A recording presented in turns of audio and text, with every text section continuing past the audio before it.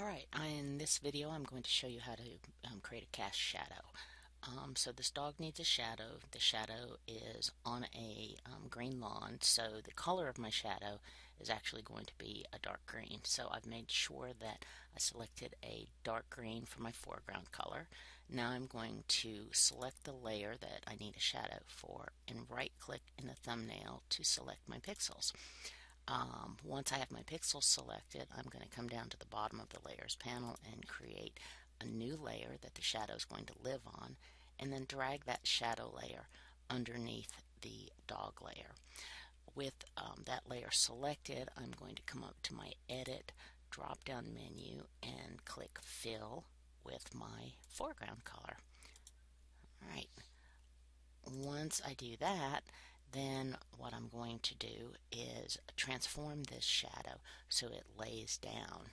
How I do that is I go up to my image, edit, and I go to transform, and I'm going to pick distort.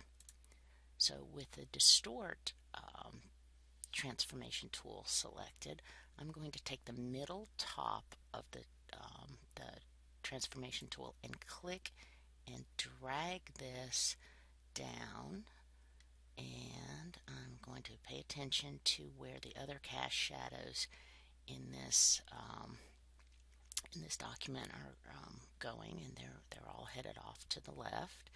So I'm going to leave this as the cast shadow and say that yes, I would like this.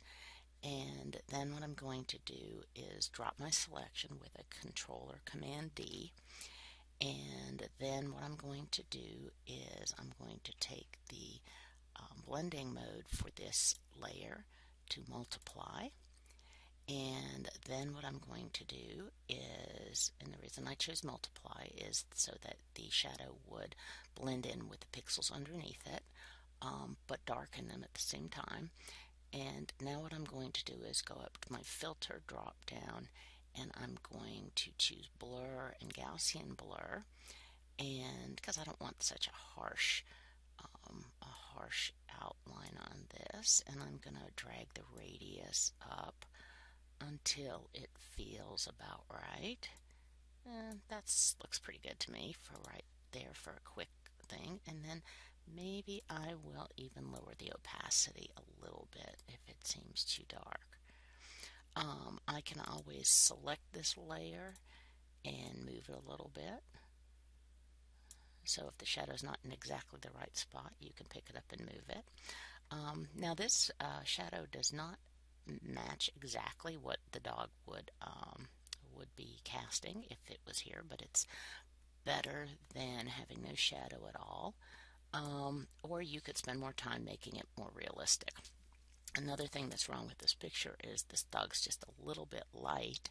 So what I might try to do is come up to the layer with the dog on it and add an adjustment layer, a new adjustment layer, and I'm going to go with hue and saturation, and I'm going to select OK. I'm going to drop the saturation of this dog down a little bit and the lightness down a little bit, but I want this only to affect the dog layer, so I'm going to come over and hover in between my correction layer and my dog layer and hold my Alt or Option key down and click to clip this hue and saturation adjustment just to my dog. And then I'm going to drop that lightness down just a little bit and maybe bump the saturation back up a little bit, and that looks a little bit more realistic. Again, there's more stuff that I could do to it, but this dog now successfully has a cast shadow.